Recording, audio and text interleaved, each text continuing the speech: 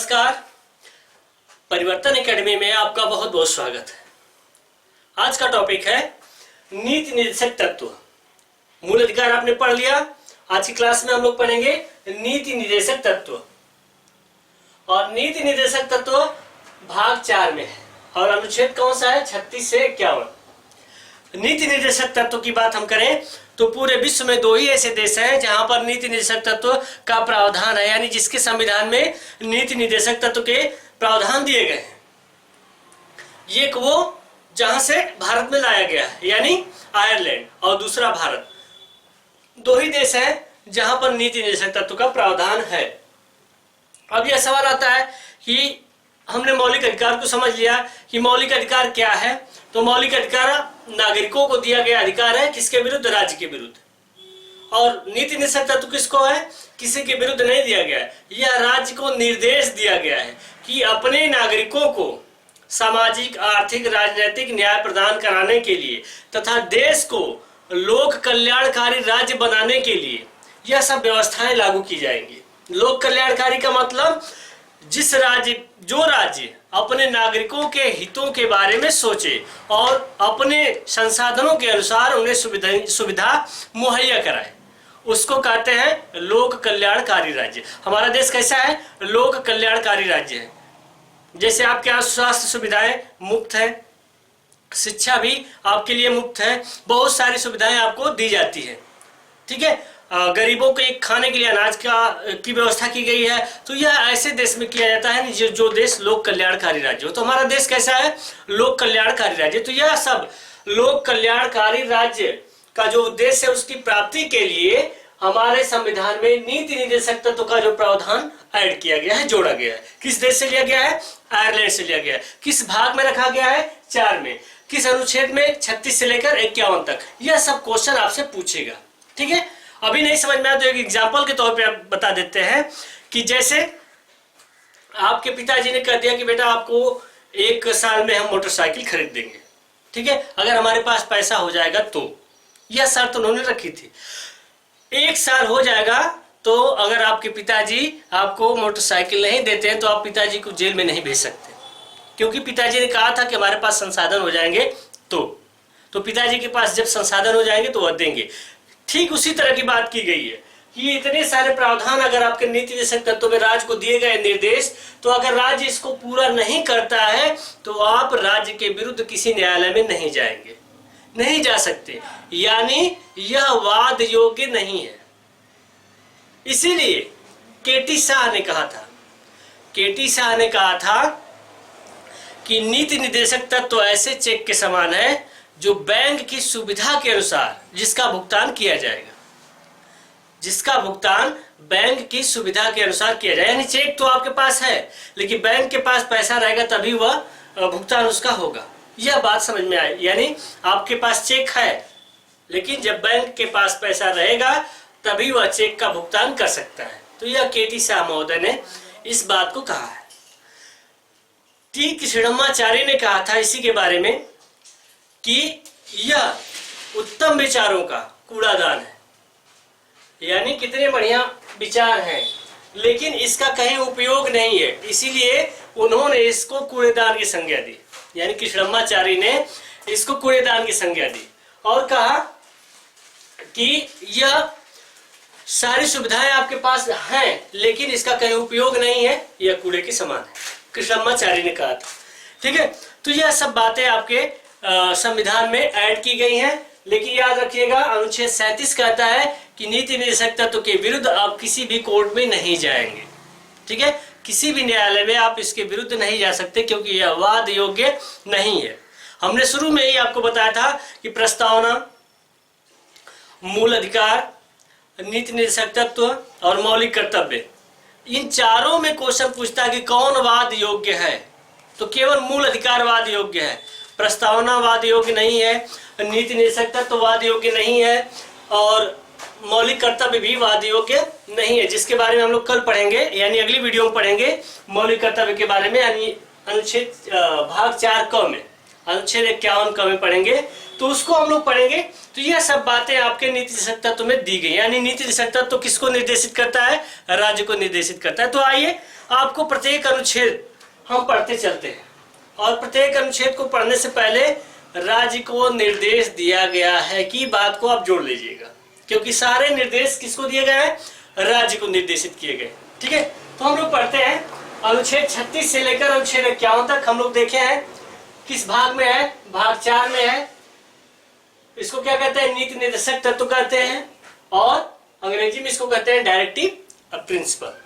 ठीक है, अब देखते हैं अनुच्छेद 36 आपके सामने यहाँ पर है। अनुच्छेद 36 यही से स्टार्टिंग होती है इसकी, क्योंकि हमने कहा था कि अनुच्छेद 12 से लेकर अनुच्छेद 35 तक मौलिक अधिकार है और भाग 3 है। अब भाग 4 तब 36 से होगा, तो यहाँ से 36 इसमें कहा गया है। 36 में जो बात आपने अनुच्छेद 12 में पढ़ी थी वही बात अनुच्छेद 36 में है, यानी राज्य की परिभाषा। राज्य किसे कहते हैं? यहां पर बताया गया है कि राज्य के तहत राष्ट्रपति, उपराष्ट्रपति, प्रधानमंत्री, मंत्रिपरिषद, लोकसभा, राज्यसभा, राज्यों की विधानसभाएं, राज्यपाल, पुलिस, LIC, विश्वविद्यालय, राज्य विश्वविद्यालय, सारे जितनी भी व्यवस्थाएं हैं सबको राज्य के अंतर्गत रखा जाता है। यह सब हम लोग भाग 3 के अनुच्छेद 12 में हम इसको पढ़ चुके हैं। ठीक है, भाग 3 के अनुच्छेद 12 में इस बात को हम लोग पढ़ चुके हैं। वही बात जो अनुच्छेद 12 में है वही बात यहाँ पर 36 में है। ठीक है, अब देखिए अनुच्छेद 37 क्या कहता है कि नीति निर्देशक तत्व को किसी न्यायालय में चैलेंज नहीं किया जा सकता। यानी क्या है कि यह वाद योग्य नहीं है। अगर राज्य, सारे निर्देश राज्य को दिए गए, अगर राज्य नीति निर्देशक तत्व में दिए गए प्रावधानों को पूरा नहीं करता है तो उसके विरुद्ध किसी भी न्यायालय में आप नहीं जाएंगे, क्योंकि यह वाद योग्य नहीं है। चलिए अनुच्छेद 38 में हम देखते हैं। अनुच्छेद 38 क्या कहता है? इसमें कई पार्ट, 2 भाग है इसमें। राज्य ऐसी व्यवस्था करेगा, ठीक है, आपसे क्वेश्चन इसी तरह पूछेगा, राज्य ऐसी व्यवस्था करेगा जिसमें सामाजिक, आर्थिक व राजनीतिक न्याय सुनिश्चित हो। ठीक है, आप प्रस्तावना में भी यह बात कहे हैं, पढ़े हैं कि सामाजिक न्याय, आर्थिक न्याय और राजनीतिक न्याय की बात की गई है। ठीक है, वो अभी वाद योग्य नहीं है, वाद योग्य अभी नहीं है, लेकिन न्याय चाहिए। 3 प्रकार के न्याय की व्यवस्था की गई कि आप ऐसी व्यवस्था करेंगे कि लोगों को सामाजिक न्याय, आर्थिक न्याय और राजनीतिक न्याय लोगों में सुनिश्चित हो सके। ठीक है, 38 के दूसरे में कहा जाता है कि आपसी असमानता को कम करने का प्रयास करेगा। कौन करेगा? राज्य। हमेशा राज्य को जोड़ना है। राज्य आपसी असमानता को कम करने का प्रयास करेगा। अनइक्वलिटी जो होती है, यानी बराबरी जहां नहीं होती है, उसकी बात किया है कि असमानता को कम करने का प्रयास करेगा। केवल व्यक्तियों के बीच ही नहीं बल्कि विभिन्न क्षेत्र में रहने वाले समूह के बीच भी असमानता को कम करने का प्रयास राज्य करेगा। ठीक है, अब देखिए 39 को हम लोग देखते हैं, अनुच्छेद 39, और इसमें कई पार्ट्स हैं, इसको हमको देखना है। ठीक है, राज्य 39 के पहले में क्या कहता है? राज्य प्रत्येक स्त्री और पुरुष को समान रूप से जीविका के साधन उपलब्ध कराएगा। यह राज्य को निर्देशित किया गया है कि प्रत्येक स्त्री और पुरुष को आजीविका के साधन को उपलब्ध कराएगा। कौन उपलब्ध कराएगा? राज्य। अगर राज्य नहीं उपलब्ध करा पाता है तो राज्य को आप दंडित नहीं करा सकते, यानी नीति निर्देशक तत्व में कहा गया यह वाद योग्य नहीं है। ठीक है, यानी किसी भी स्त्री या पुरुष को राज्य आजीविका के साधन को उपलब्ध कराएगा, लेकिन कब? जब राज्य के पास संसाधन उपलब्ध हो जाएंगे तब। ठीक है, तब इसकी बात की गई है। हमेशा सब में देखा जाएगा कब? जब उपलब्ध संसाधन हो जाएंगे तब। एक हो गया। अब देखिएगा दूसरे में क्या कहा गया है कि भौतिक संसाधनों के स्वामित्व, भौतिक संसाधन जो है होते हैं उसकी बात किया है। भौतिक संसाधनों के स्वामित्व और नियंत्रण की ऐसी व्यवस्था करेगा कि सार्वजनिक हित हो। ठीक है, जो भौतिक संसाधन है उसकी ऐसी व्यवस्था करेगा कि सार्वजनिक हित हो, वह किसी एक व्यक्ति के पास ना हो, अगला बताएगा। ठीक है, अब देखिएगा अनुच्छेद 39 के 3 में क्या कहता है कि राज्य इस बात का भी ध्यान रखेगा कि संपत्ति व उत्पादन का केंद्रीकरण न हो, पैसे का और उत्पादन का केंद्रीकरण न हो। ठीक है, देखेंगे बहुत से लोग क्या करते हैं कि जिस चीज का उत्पादन अधिक हो जाता है उसको लोग डंप कर देते हैं और बाद में ऊंचे दामों पर जब उसकी डिमांड हो जाती है तो ऊंचे दामों पर उसको बेचते हैं, तो ऐसे परेशानी हो जाती है, व्यवस्थाएं बिगड़ जाती है। तो राज्य ऐसी व्यवस्थाओं से परहेज करेगा, ऐसी व्यवस्थाएं नहीं रखेगा। उसी के लिए कहा गया कि ध्यान रखें कि संपत्ति और उत्पादन का केंद्रीकरण न हो। अगर किसी एक व्यक्ति के पास संपत्ति हो जाएगी ज्यादा तो वह अन्य लोगों के साथ अच्छा बर्ताव नहीं करेगा, इसीलिए समानता की बात की गई है। अब देखेंगे संपत्ति के अधिकार को मूल अधिकार से हटा दिया गया। ठीक है, तो इसकी ही बात की गई है यहाँ पर। अगले में कहा गया कि समान कार्य के लिए समान वेतन का प्रावधान होना चाहिए, चाहे वह स्त्री हो चाहे पुरुष हो, कार्य जैसा हो। अब देखेंगे शिक्षा मित्र आपके लिए बहुत बढ़िया उदाहरण है। शिक्षा मित्र है, वो अभी कहते हैं कि जितना समय सहायक अध्यापक कार्य करता है उतना ही समय हम भी करते हैं, तो हमको उनके बराबर वेतन मिलना चाहिए। तो क्या सरकार देती है?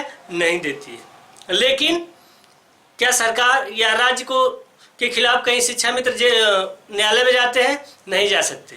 राज्य कह देंगे हमारे पास संसाधन हो जाएंगे, हम दे देंगे।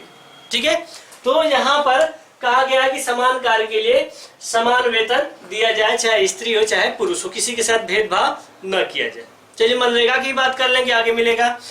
क्या 8 घंटे जितना भी कार्य निर्धारित किया गया है, अगर एक स्त्री करेगी तब भी और एक पुरुष करेगा तब भी और एक बच्चा भी करेगा, मतलब बच्चे का मतलब 14 साल से जो ऊपर का होगा करेगा, तो भी उसको उतना ही वेतन मिलेगा जितना एक पुरुष को मिलता है। तो उसमें कोई असमानता की बात नहीं कही है।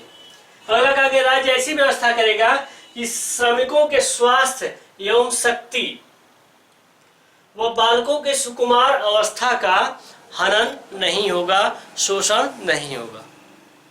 ठीक है, यानी कोई भी कार्य ऐसा नहीं करेंगे जैसे अब निर्धारित किया गया कि भाई 8 घंटे ही कार्य लेना है, लेकिन किसी ने ज्यादा कार्य करा लिया, तो यह सब राज्य नहीं करने के लिए कहेगा, मना करेगा। ठीक है, बालकों के सुकुमार अवस्था को किसी जोखिम भरे कार्य में नहीं लगाएगा जिससे बालकों के जीवन को खतरा हो जाए। चलिए अब 39 का क देखते हैं। यह 42वें संविधान संशोधन 1976 के द्वारा जोड़ा गया था। ठीक है, यहाँ से क्वेश्चन आता है, इसमें क्वेश्चन पूछा है कौन सा संविधान कौन सा अनुच्छेद निःशुल्क एवं समान न्याय एवं निःशुल्क की व्यवस्था करता है, निःशुल्क विधिक सहायता की व्यवस्था करता है, वह कौन सा है? अनुच्छेद 39 का क। और किस संविधान संशोधन के द्वारा जोड़ा गया, इसको भी ध्यान में रखना है। ठीक है, किस संविधान संशोधन के द्वारा जोड़ा गया है? तो 42वें संविधान संशोधन 1976 के द्वारा जोड़ा गया है। समान न्याय और निःशुल्क विधिक सहायता की बात की गई है अनुच्छेद 39 में। चलिए अनुच्छेद 40 में देखते हैं, इससे क्वेश्चन आता है कि राज्य क्या करेगा? ग्राम पंचायतों का गठन करेगा। राज्य ग्राम, यहां से क्वेश्चन आया था टेट 2018 में, यहां से क्वेश्चन एक बार हमने देखा था, आया था, और भी बहुत जगह आता है क्वेश्चन, यह लोकप्रिय क्वेश्चन है। तो इसके बारे में थोड़ा सा देखना है कि इसकी व्यवस्था राज्य ने कर दिया। पहले यह प्रावधान कहाँ था? भाग 4 में, लेकिन अभी यह प्रावधान कहाँ है? भाग 9 में और भाग 9 क में है। किस संविधान संशोधन के तहत?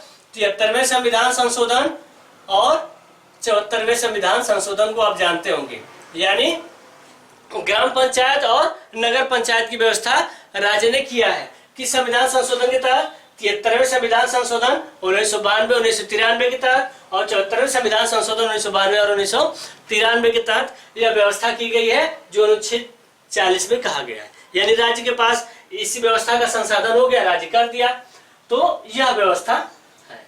अब देखिएगा आगे 41 अनुच्छेद 41 की बात करेंगे, सॉरी अनुच्छेद 41, यहाँ पर गलती से 40 लिख दिए हैं, अनुच्छेद 41 की बात हम लोग करेंगे। ठीक है, अनुच्छेद 41 को देखिएगा, कुछ दशाओं में व्यक्तियों को काम यानी कार्य करने की, शिक्षा और लोक सहायता प्राप्त करने का अधिकार होगा। यानी अनुच्छेद 41 कहता है 41 कहता है 41 कि कुछ दशाओं में व्यक्तियों को काम पाने का अधिकार होगा, शिक्षा पाने का अधिकार होगा तथा लोक सहायता पाने का अधिकार होगा। यह कौन सा अनुच्छेद? अनुच्छेद 41 कहता है। और इसी के तहत मनरेगा, आप जानते हैं गांव में ग्रामीण व्यवस्था जो है मनरेगा के तहत कार्य कराया जाता है, तो मनरेगा को इसी के तहत रखा गया है कि भाई आपको कार्य की व्यवस्था आपको गाँव में दे दी जाएगी, आपको शहर में जाने की जरूरत नहीं पड़ेगी। अनुच्छेद 42 में कहता है कि काम की न्याय संगत और मानवोचित दशाओं तथा प्रसूति सहायता की व्यवस्था करेगा राज्य। राज्य क्या करेगा? काम की न्याय संगत, यानी जो कार्य होगा उसमें किसी प्रकार का विषमता उसमें नहीं होगी, यानी न्यायिक व्यवस्था को ध्यान में रखते हुए समानता से कार्य लिया जाएगा। मानवोचित दशाओं की, यानी आप देखेंगे जहां पर पुल बन रहे हैं, सड़कें बन रही हैं, ठीक है, और जो कार्य हो रहे हैं वहां पर बाकायदे जो मजदूर होते हैं उनको हेलमेट, ग्लव्स, जूते इत्यादि की व्यवस्था की जाती है। अगर ऐसा नहीं करेंगे और उनकी जीवन उनका खतरे में न पड़ जाए, इसके लिए उनके सेफ्टी की और सारी व्यवस्था की जाए। जैसे ऊंचाई पे कार्य कर रहे हैं तो उनको सेफ्टी बेल्ट दे दिया जाता है कि आप लगा के कार्य करें, तो बहुत सारी चीजें हैं। तो उसी को कहा कि मानवोचित दशाओं की व्यवस्था करेगा। और कार्यस्थल पर ही महिलाओं के प्रसूति सहायता की भी व्यवस्था कौन करेगा? राज्य करेगा। ठीक है, ये कौन सा अनुच्छेद कहता है? 42 कहता है। अनुच्छेद 43 क्या कहता है? कि कर्मकारों के लिए निर्वाह मजदूरी आदि की व्यवस्था राज्य करेगा। और अनुच्छेद 43 का में देखिएगा, उद्योगों के प्रबंधन में कर्मकारों का भाग लेना, यानी कोई भी उद्योग बन रहा है तो उसके प्रबंधन में जो कर्मकार हैं, जो कार्य करने वाले हैं, उनकी भी सलाह ली जाएगी, ऐसा राज्य को निर्देश दिया गया है। 43 के ख में सहकारी समितियों को बनाने की राज्य को निर्देश दिया गया है, इसके स्वैच्छिक गठन की तथा स्वतंत्र संचालन की लोकतांत्रिक नियंत्रण तथा संचालन को प्रोत्साहित करने की बात की गई है।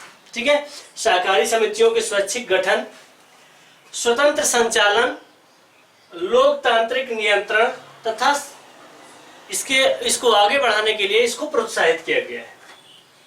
अनुच्छेद 44 क्या कहता है? नागरिकों के लिए समान सिविल संहिता की व्यवस्था की गई है, यानी राज्य ऐसा कार्य नहीं करेगा कि किसी अन्य धर्म, जाति या क्षेत्र के लिए कोई दूसरी व्यवस्था रहेगी और किसी के लिए दूसरी व्यवस्था रहेगी।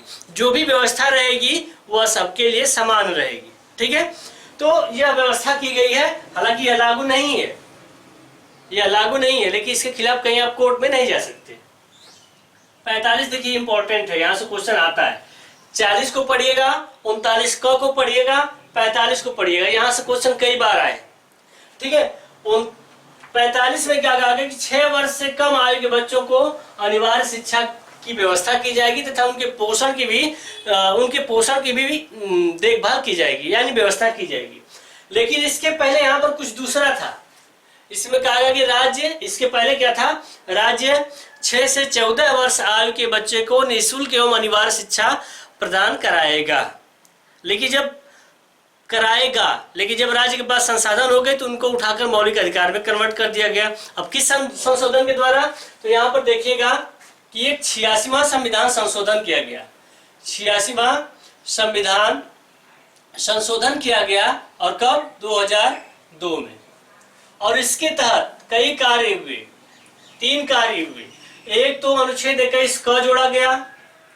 ठीक है, यहां पर 11वां मौलिक कर्तव्य जोड़ा गया, और एक कार्य यहीं पर जोड़ दिया गया कि अब 0 से यानी 6 वर्ष के बच्चों को, यानी 6 वर्ष से कम आयु के बच्चों को शिक्षा की व्यवस्था कीजिए। जैसे आंगनबाड़ी में आप देखते हैं, वहां पर आपको पोषाहार, बच्चों को, छोटे बच्चों को पोषाहार दिया जाता है, खेल खेल में शिक्षा दिलाई जाती है। तो यह व्यवस्था की गई थी। 86वें संविधान संशोधन के तहत 11वां मौलिक कर्तव्य जोड़ा गया और 21 क में जोड़ा गया, जिसमें निःशुल्क एवं अनिवार्य शिक्षा की व्यवस्था, और यहाँ पर मौलिक अधिकार बना दिया गया।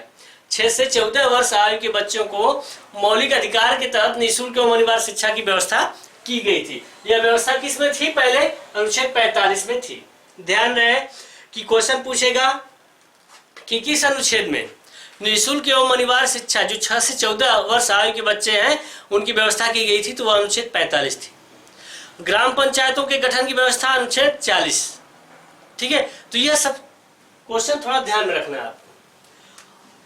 अनुच्छेद 46 में देखेंगे, यानी 46 में आप देखिएगा, अनुसूचित जाति और अनुसूचित जनजाति तथा अन्य दुर्बल वर्गों के लिए शिक्षा एवं अर्थ संबंधी हितों की अभिवृद्धि करेगा। कौन करेगा?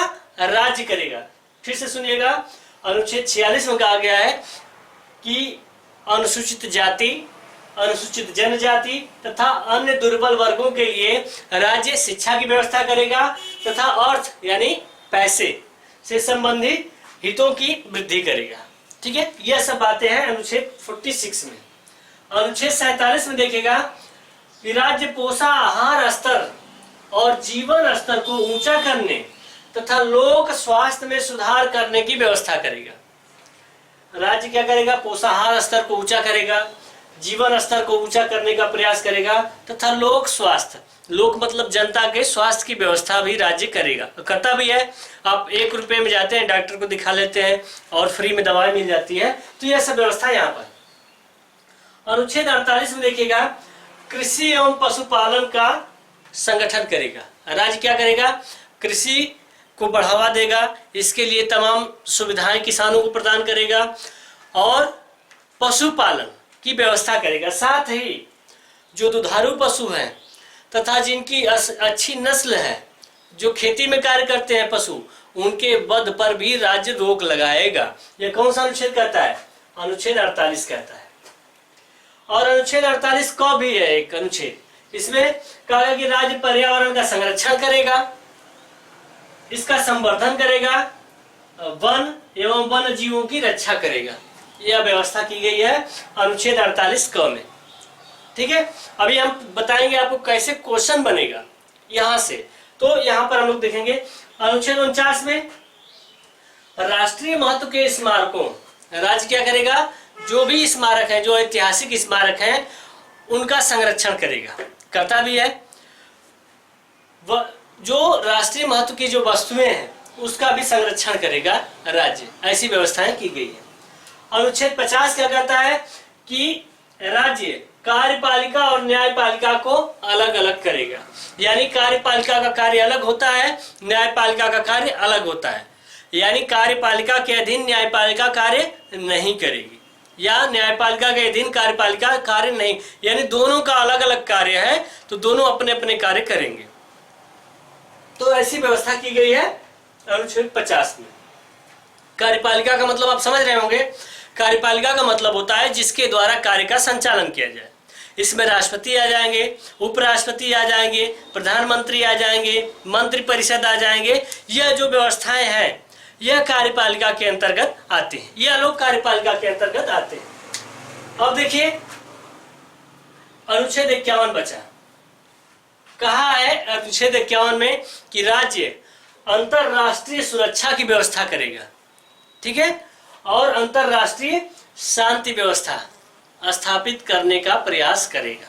यह जो अनुच्छेद है, एक बार फिर देख लीजिए, अनुच्छेद 36 से लेकर अनुच्छेद 51 तक सारी व्यवस्थाएं हैं। अब क्वेश्चन कैसे बनेगा? अब क्वेश्चन यह बनेगा कि कौन सा अनुच्छेद कहता है कि नीति निर्देशक तत्ववाद योग्य नहीं है, तो आपका उत्तर हो जाएगा अनुच्छेद 37। कौन सा अनुच्छेद कहता है कि राज्य ग्राम पंचायतों का गठन करेगा? अनुच्छेद 40। कौन सा अनुच्छेद कहता है कि 6 वर्ष से कम आयु के बच्चों को निःशुल्क एवं अनिवार्य शिक्षा की व्यवस्था की जाएगी? अनुच्छेद 45। समान नागरिक संहिता कौन सा अनुच्छेद कहता है?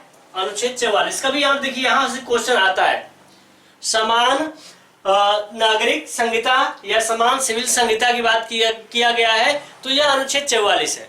देखिए कभी अगर दिमाग से आपके उतर जाए, अगर क्वेश्चन आपके सामने आ जाए तो यह दिमाग बैठाइए, यह समान अच्छे दोनों हैं, अंक दोनों समान हैं, तो इस तरह आप अनुच्छेद को लगा लीजिएगा।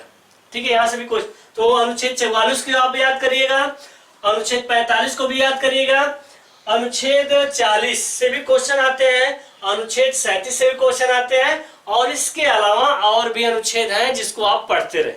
ठीक है, तो क्वेश्चन अगर पूछेगा कि किसने कहा था कि राज्य का नीति निदेशक तत्व तो ऐसे चेक के समान है जो बैंक के, जिसका भुगतान बैंक की सुविधा के अनुसार होता है, तो वह कौन हो जाएंगे? केटी शाह। और क्वेश्चन पूछेगा कि यह एक उत्तम विचारों का कूड़ादान है, किसने कहा था? कृष्णमाचारी ने कहा था। ऑस्टिन ने इसको संविधान की आत्मा कहा था। ध्यान रहे, किसने कहा था इसको? ऑस्टिन ने इसको संविधान की आत्मा कहा था, यह भी ध्यान में रखना है, ठीक है। हाँ, इस नीति निदेशक तत्व को संविधान की आत्मा कहा था। देखिए, संविधान की आत्मा से कई क्वेश्चन आते हैं। एक, संविधान की आत्मा किसे कहते हैं? प्रस्तावना। डॉक्टर भीमराव अम्बेडकर के अनुसार संविधान की आत्मा कौन? अनुच्छेद 32। ऑस्टिन के अनुसार संविधान की आत्मा कौन? आपका नीति निदेशक तत्व, ठीक है। तो यह आपका नीति निदेशक तत्व टॉपिक था, समाप्त हुआ। हम लोग अगले क्रम में, अगली वीडियो में, अगली क्लासेस में हम लोग पढ़ेंगे भाग 4 को अनुच्छेद 51, और उसमें क्या व्यवस्था की गई है? मौलिक कर्तव्य, यानी फंडामेंटल ड्यूटीज। फंडामेंटल राइट्स हमने पढ़ लिए भाग 3 में। भाग 4 में हमने डायरेक्टिव प्रिंसिपल यानी नीति निदेशक तत्व पढ़ लिए, और भाग 4 को पढ़ेंगे हम लोग, वह क्या है? फंडामेंटल ड्यूटीज, ठीक है। उसको हम लोग कल पढ़ेंगे। आप लोग इसको पढ़ते रहें। आपका दिन शुभ हो। उत्तम भविष्य की मंगल कामना के साथ आज का क्लास समाप्त करते हैं। बहुत बहुत धन्यवाद।